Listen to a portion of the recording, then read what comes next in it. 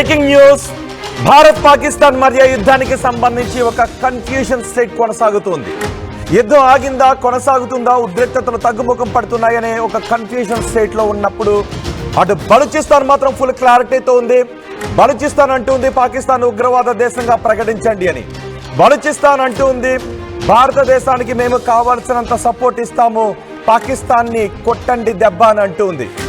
ఇప్పటికే అమెరికా జోక్యంతో ఉద్రిక్త పరిస్థితులు తగ్గుతున్నట్టుగా కనిపిస్తున్నా అటు పాకిస్తాన్ డ్రోన్లు ఇంకా వస్తూ ఉన్నాయి అనే విషయం మనకి అర్థమవుతూ ఉంది. ఇంకా ఉద్రిక్త పరిస్థితులు కొనసాగుతున్నాయా, ఈ మిలిటరీ యాక్షన్ ఆగిందా లేదా అన్న విషయంపై ఒక సందిగ్ధత కొనసాగుతూ ఉంటే, ఇదే అదనుగా బలూచిస్తాన్ లిబరేషన్ ఆర్మీ మాత్రం పాకిస్తాన్ని ఉగ్రవాద దేశంగా ప్రకటించింది.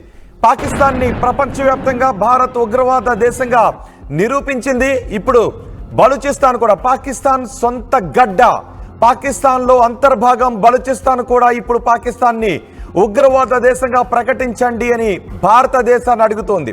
అవసరమైతే భారతదేశానికి కావలసిన సపోర్ట్ని మేము ఇస్తాము, ఉగ్రవాదులకు పాకిస్తాన్ సైన్యానికి పెద్ద తేడా లేదు, ఆ సైన్యాన్ని ఓడించడానికి కావలసిన సహకారాన్ని మేము కూడా మీకు అందిస్తాము, మీరు మాకు సహాయం చేయండి అని బలూచిస్తాన్ లిబరేషన్ ఆర్మీ అంటూ ఉంది.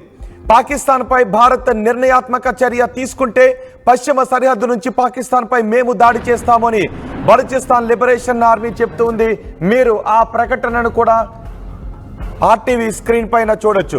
పాకిస్తాన్ పై దాడి చేస్తామని బలూచిస్తాన్ లిబరేషన్ ఆర్మీ అంటోంది.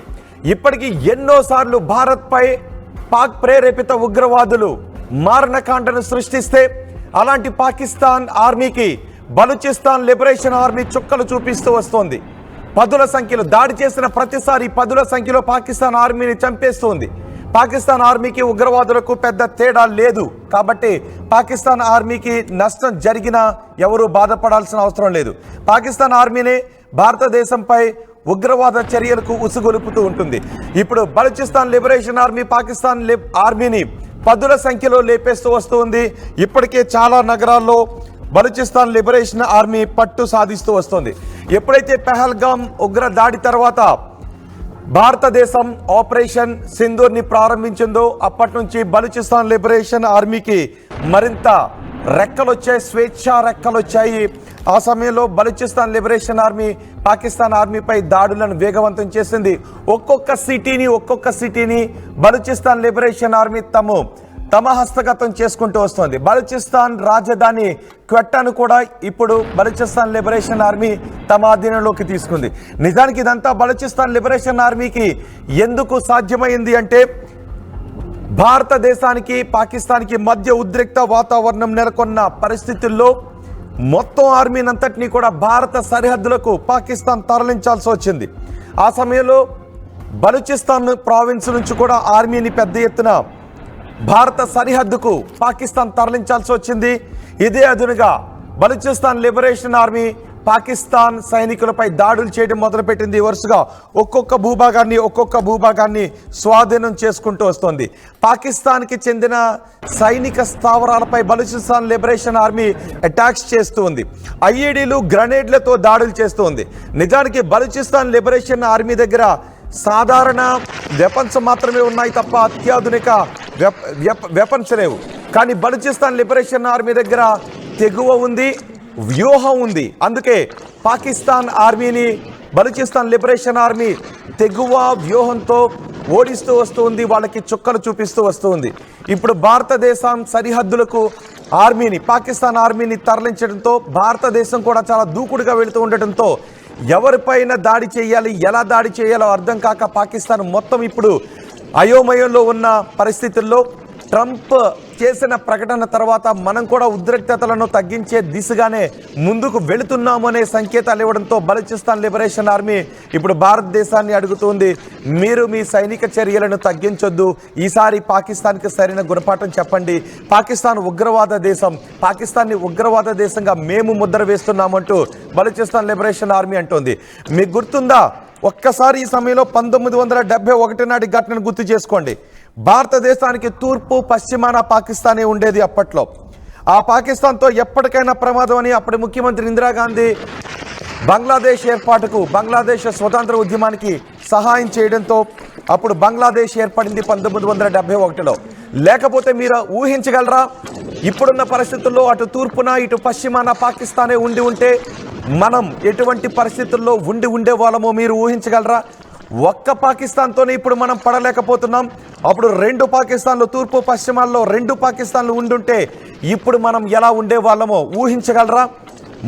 మాటికి అణుబాంబు వేస్తామని బెదిరిస్తున్న పాకిస్తాన్ 2 పాకిస్తాన్లు ఉంటే ఏమయ్యేదో ఊహించగలరా? అందుకే ఆ రోజు బంగ్లాదేశ్ స్వతంత్ర పోరాటానికి మనం మద్దతునివ్వడంతో ఒక పాకిస్తాన్ని లేకుండా చేశాం. తూర్పు పాకిస్తాన్ని చరిత్రలో కలిపేశాం. ఇప్పుడు బలూచిస్తాన్ అంటోంది ఉన్న పాకిస్తాన్ని కూడా చరిత్రలో కలిపేయండి, మీకు మేము సాయం చేస్తామని బలూచిస్తాన్ అంటోంది. పాకిస్తాన్తో ఎప్పటికైనా కూడా ప్రమాదమే. పాకిస్తాన్ని నమ్మలేము. గతంలో ఎన్నిసార్లు శాంతి ఒప్పందాలు చేసుకున్నా ప్రతిసారి పాకిస్తాన్ ఉల్లంఘిస్తూనే వస్తుంది. మరి రేపు ఎప్పుడైనా పాకిస్తాన్ మరోసారి ఉల్లంఘనలకు పాల్పడదు అని గ్యారంటీ ఏమన్నా ఉందా? అందుకే ఇప్పుడు బలూచిస్తాన్ లిబరేషన్ ఆర్మీ అంటోంది పాకిస్తాన్ను ప్రపంచ పటంలో లేకుండా చేయండి, మీకు మేము సపోర్ట్ చేస్తామని బలూచిస్తాన్ లిబరేషన్ ఆర్మీ అంటోంది. సరిగ్గా ఈ సమయంలో ట్రంప్ ఎంటర్ అయ్యాడు. ట్రంప్ ఎంట్రీ మొత్తం ఉద్రిక్తతలను, మన వ్యూహాన్ని కొంత మార్చిన పరిస్థితి కనిపిస్తోంది. భారత్ ఇప్పటికే ప్రతిపక్షాలు విమర్శలు చేస్తున్నాయి. పాకిస్తాన్ భారతదేశానికి వివాదంగా ఉన్న కశ్మీర్ విషయంలో అమెరికా ఎవరు కలగజేసుకోవటానికి అని అంటూ ఉంది. సో అమెరికా కలగజేసుకోవడంతో పాకిస్తాన్పై యుద్ధం ఉందా లేదా అనే విషయంపై సందిగ్ధత కొనసాగుతున్న సమయంలో బలూచిస్తాన్ లిబరేషన్ ఆర్మీ మాత్రం ప్రాణాలకు తెగించి ముందుకు వెళ్తోంది. మరి ఇప్పుడు యుద్ధం తగ్గితే, యుద్ధ వాతావరణం తగ్గితే మళ్ళీ పాకిస్తాన్ తన సైన్యాన్నంతటినీ కూడా బలూచిస్తాన్కి పంపిస్తుంది.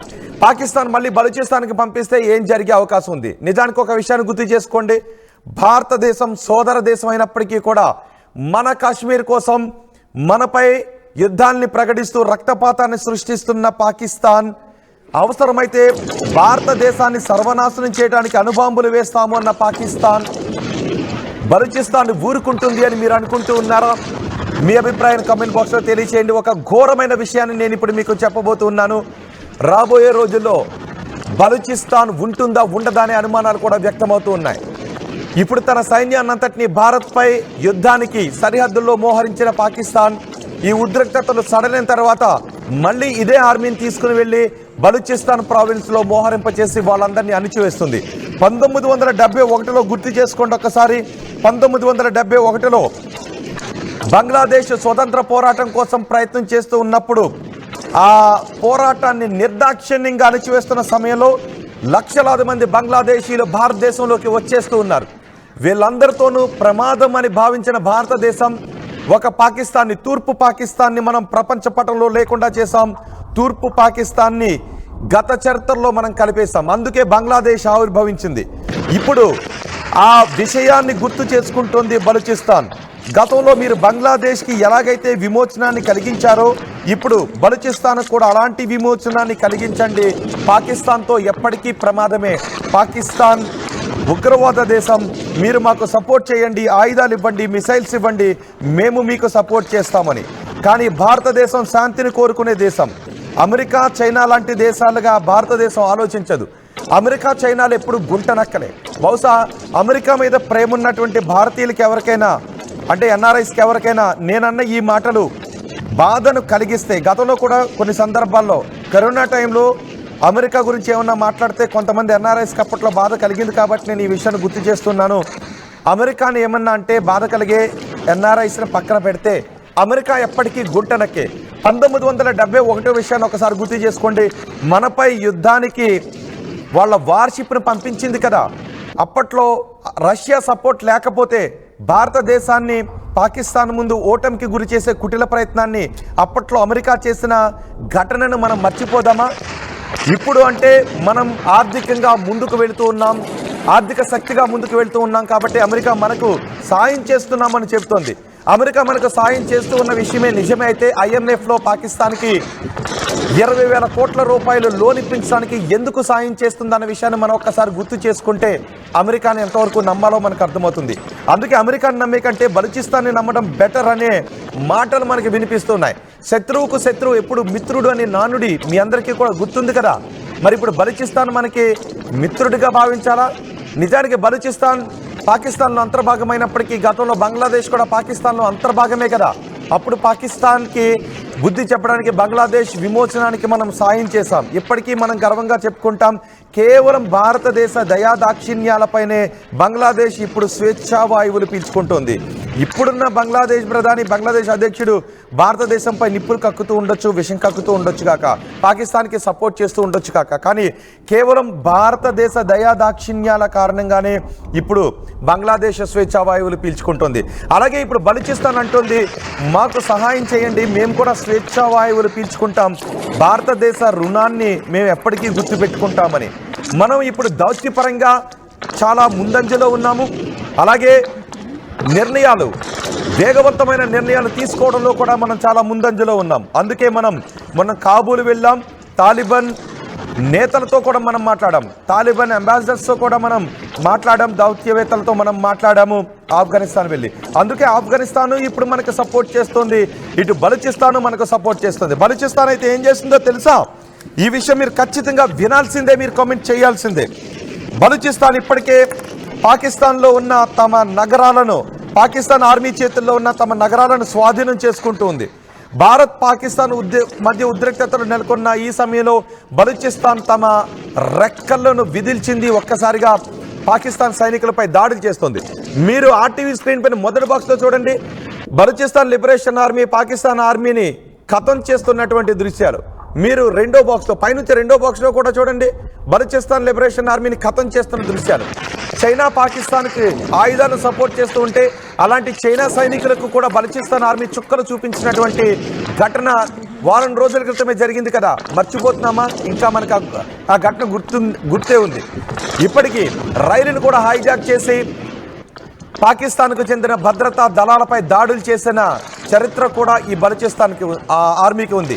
బలూచిస్తాన్ లిబరేషన్ ఆర్మీ ప్రాణాలకు తెగించి పాకిస్తాన్ ఆర్మీకి చుక్కలు చూపిస్తోంది, పాకిస్తాన్కి చుక్కలు చూపిస్తోంది. అందుకే భారతదేశ సాయాన్ని బలూచిస్తాన్ లిబరేషన్ ఆర్మీ అడుగుతోంది. ఇది సరైన సమయం. పాకిస్తాన్ అనే దేశం ప్రపంచ పటంలో ఉండకుండా అది బలూచిస్తాన్ లాంటి దేశంగానో మరో పంజాబ్ లాంటి దేశంగానూ ఆవిర్భవించాలి అంటే ఈ సమయంలో మీ సహాయం మాకు కావాలి అని పాకిస్తాన్లో ఉన్న బలూచిస్తాన్ మనల్ని అడుగుతూ ఉంటే, ట్రంప్ మాత్రం యుద్ధాన్ని ఆపేస్తున్నాం, కాల్పుల విరమణ అని ఆయనే ట్వీట్ కూడా చేసేశాడు. ఆ తర్వాత మనం దానిపై ప్రకటన చేశాం. మరి ఇప్పుడు బలూచిస్తాన్ని నమ్మాల్సినటువంటి అవసరం ఉందా? బలూచిస్తాన్కి సహాయం చేయాలా? నిజానికి బలూచిస్తాన్ ఇప్పుడున్న పరిస్థితుల్లో బలూచిస్తాన్కి సహాయం చేస్తే అది ఇంటర్నేషనల్ ట్రీటీస్ పరంగా ప్రపంచవ్యాప్తంగా కొన్ని విమర్శలను, ఆంక్షలను బహుశా భారత్ ఎదుర్కోవాల్సి వస్తుందేమో. కానీ అలాంటి కఠినమైన నిర్ణయం తీసుకోబట్టే బంగ్లాదేశ్, తూర్పు పాకిస్తాన్ని బంగ్లాదేశ్గా మార్చేసాం, తూర్పు పాకిస్తాన్ని ప్రపంచ పటంలో లేకుండా చేశాం. మరి ఇప్పటికీ మనం చూస్తున్నాం, గాజా లాంటి చోట గాజాను లేకుండా చేస్తాం, హమాస్ను లేకుండా చేయడానికి అవసరమైతే గాజాను విచ్ఛిన్నం చేసే దిశగా అమెరికా ముందుకు వెళ్తూ ఉంటే, పాకిస్తాన్ ఉగ్రవాద ఉత్పత్తి దేశం అని తెలిసినప్పటికీ కూడా అమెరికా పాకిస్తాన్ విషయంలో ఆలోచన వేరే విధంగా ఉంది. మరి ఇలాంటి సమయంలో మన వ్యూహం ఏ విధంగా ఉండాలి బలూచిస్తాన్ విషయంలో? మీరు ఆర్టీవీ స్క్రీన్ పైన చూడండి, పాకిస్తాన్కి చుక్కలు చూపిస్తున్న బలూచిస్తాన్ లిబరేషన్ ఆర్మీ. కానీ మీరు ఊహించగలరా, భారత్ పాకిస్తాన్కి ఉద్రిక్తతలు తగ్గిన తర్వాత ఒక్కసారి మీరు శ్రీలంకను గుర్తు చేసుకోండి. ఎల్టీటీఈ కూడా శ్రీలంకలో ప్రత్యేక దేశాన్ని కోరుతూ ఉన్న సమయంలో మొత్తం లిబరేషన్ ఆర్మీని లేకుండా చేసినటువంటి పాకిస్తాన్ ఇప్పుడు బలూచిస్తాన్ లిబరేషన్, అటు ఎల్టీటీఈని లేకుండా చేసిన శ్రీలంకను గుర్తు చేసుకోండి. అలాంటి మారణ హోమానికి ఇప్పుడు పాకిస్తాన్ తెగబడదు అనే గ్యారంటీ ఏమన్నా ఉందా? బలూచిస్తాన్ లిబరేషన్ ఆర్మీ భారత్కి సపోర్ట్ చేస్తోంది కాబట్టి మొత్తం బలూచిస్తాన్ ఆర్మీని, మొత్తం బలూచిస్తాన్నే లేకుండా చేసేద్దాం, బలూచిస్తాన్లో ఉన్న ప్రజల్ని చంపేద్దామని పాకిస్తాన్ ఆ దుర్మార్గమైన ఆలోచన చేయదు అనే గ్యారంటీ ఏమన్నా ఉందా? రేపు మొత్తం బలూచిస్తాన్లో ఉన్నటువంటి ప్రజలందరూ కూడా ఇబ్బందుల్లో ఉండే అవకాశం ఉంటుంది. బహుశా రాబోయే రోజుల్లో బలూచిస్తాన్లో ఒక పెద్ద మారణ హోమాన్ని మనం చూడబోతున్నామేమో కూడా. మీ అభిప్రాయం ఒక్కసారి కమెంట్ బాక్స్లో తెలియచేయండి. ఇప్పుడు భారత్ పాకిస్తాన్ మధ్య ఉద్రిక్తతలు నెలకొన్నాయి కాబట్టి బలూచిస్తాన్ లిబరేషన్ ఆర్మీ పాకిస్తాన్ ఆర్మీకి చుక్కలు చూపిస్తుంది. కానీ రాబోయే రోజుల్లో ఏం జరగబోతూ ఉంది?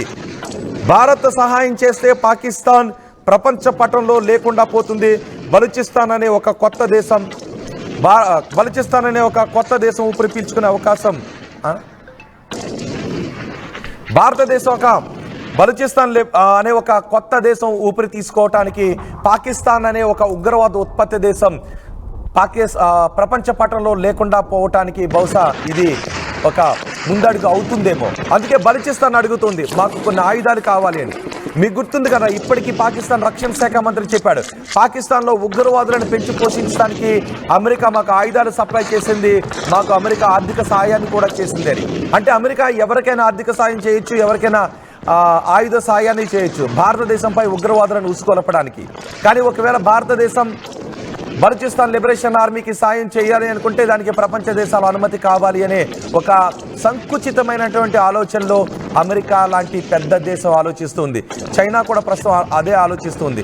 నిజానికి విదేశాల్లో ఉన్న అఫ్కోర్స్ అమెరికాలో ఉన్న భారత పౌరులు కూడా ఇప్పుడు ఒక్కసారి అమెరికా గురించి కూడా ఆలోచించాల్సిన అవసరం ఉంది. పాకిస్తాన్కి చేసే ప్రతి సాయం కూడా ఉగ్రవాదుల కోసం పాకిస్తాన్ ఖర్చు పెడుతూ ఉంటుంది. అలాంటి పాకిస్తాన్కి అన్ని వేల కోట్ల రూపాయల సాయం IMF నుంచి అందింది అంటే అమెరికా సాయం కూడా అక్కడ ఉంది. భారత్కి సాయం చేస్తున్నట్టుగా చెప్పే అమెరికా పాకిస్తాన్కి ఎందుకు అన్ని వేల కోట్ల రూపాయలు సాయం చేసింది అని ఎవరైనా అమెరికాలో ఉన్న ఏ భారతీయుడైనా ప్రశ్నించగలరా? ఇప్పుడు బలూచిస్తాన్ లిబరేషన్ ఆర్మీ అడుగుతోంది మాకు ఒక్క ఆయుధం ఇవ్వండి, పాకిస్తాన్కి మేము చుక్కలు చూపిస్తామని. అప్పట్లో